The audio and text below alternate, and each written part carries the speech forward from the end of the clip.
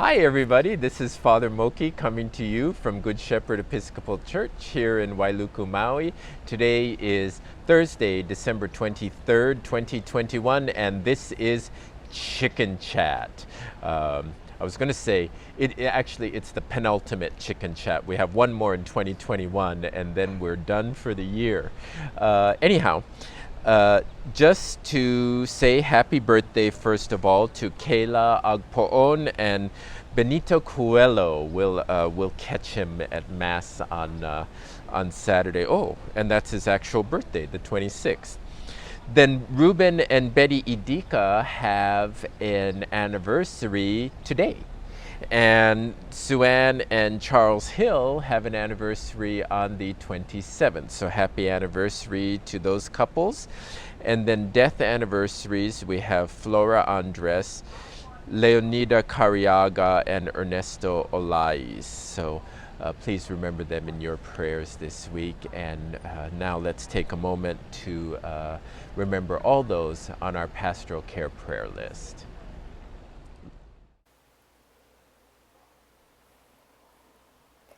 Amy, Barbara, Bill, Blandina, Catalina, Charmaine, Charlesta, Chris, Cynthia, Cora S., David, Dixie L., Dolores, Donna, Elmer, Epi, Eric, Ernesto, Filomeno, Fred, Jacinta, Jim, Heidi S., Joseph, Joyce, Juanita, Judy, Kaili, Kevin, Christy, Leilani, Lucille, Lynn, Maggie, Marilyn, Maisie, Melanie, Nelson, Nick, Paul, Paula, Paulino, Peter P., Phil, Pilar, Randall, Samantha, Sana, Sonia, Shirley, Sparky, Tomo, Tripp, Wendy.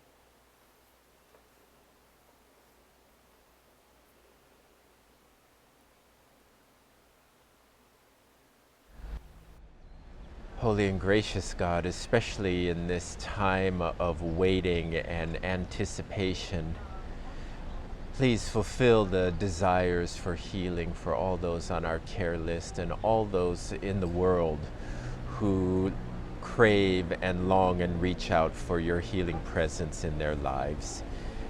Amen. Thank you very much, everyone. The Bible verse for December is Isaiah 11:1.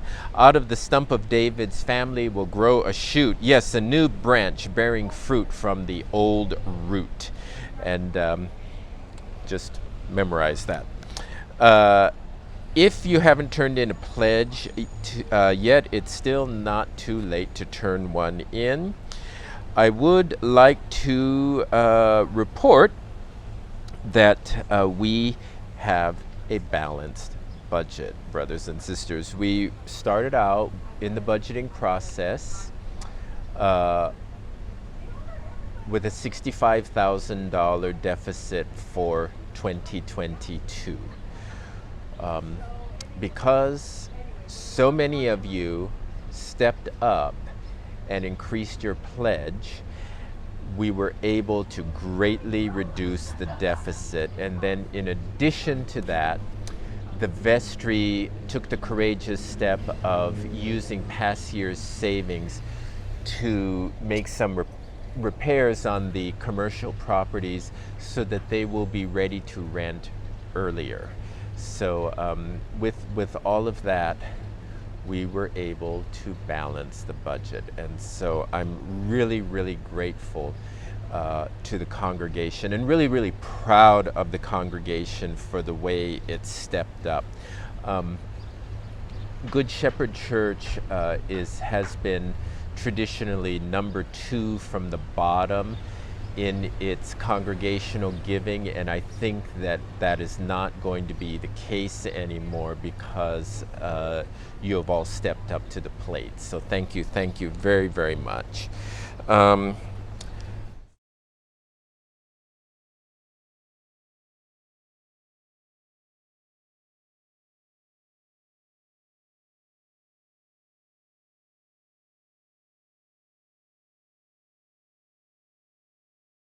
Then at 10:30 Christmas Eve, we have a virtual service with carols that begins at 10:30.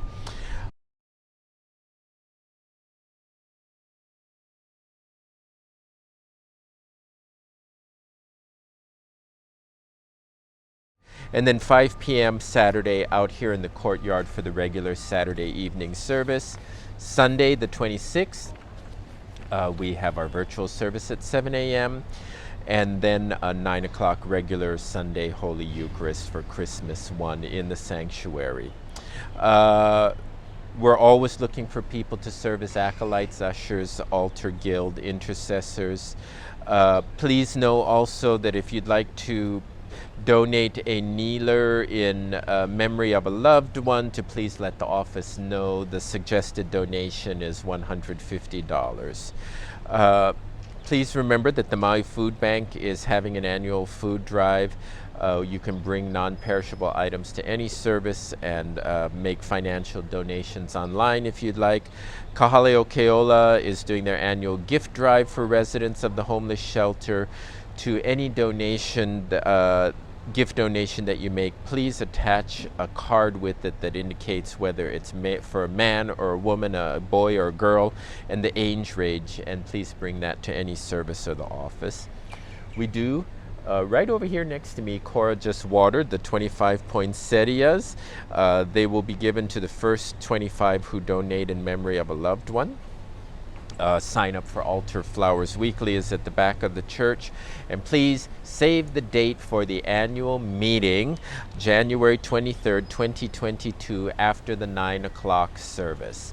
I'm required through the bylaws to give everyone written notice of that meeting, and I fulfilled that requirement by reporting it in my letter in the shepherd staff. So please remember, January 23rd. This past week, the Ka'ohana Kitchen, we got the weeks mixed up. So this past week was supposed to be Mahea Ahi, but she was busy. So her mom and her aunties came and they took care of the Ka'ohana Kitchen. So that's Louise, Sandra, and Jackie, the three sisters. Next week will be Forever Family and Friends, the day after Christmas. A cup of cold water, because they're making runs again, they can use donations, especially right now, blankets. That's a big need because it's getting kind of cold out there. They always need grant writers, run leaders, supply room help, and a donation coordinator. The Queen Emma Athletic Club continues to go strong. We do have ongoing activities. Tuesday, centering prayer via Zoom at 4 o'clock. Wednesday, men's Bible study via Zoom at 7 a.m. Wednesday, Anglican Rosary on Facebook Live at 12 noon. Thursday, 12 noon, women's Bible study via Zoom. And tonight will be the last evening of Compline on Facebook Live. That's this evening. This Sunday in the Diocesan Cycle of Prayer, we will be praying for the Anglicana de la Región Central de America. We'll also be praying for the Standing Committee of the Diocese of Hawaii, the Diocesan Council of the Diocese of Hawaii. Dixie, by the way, is the diocesan treasurer, everyone, in case you didn't know. We'll be praying for the Commission of Ministry of the Diocese of Hawaii and the Good Shepherd Church staff. Father Moki, who's that? Ferdinand Kahigao, Lonnie Scott, and Cora Brown. Lonnie Scott, by the way, will be retiring at the end of the year. And I want to make party, but I want to wait until this Omicron variant settles itself. Okay, for the saints this week, I have it highlighted for me, thanks be to God. So I'll be able to give you a good report. Stephen, he died in the year 26, it says.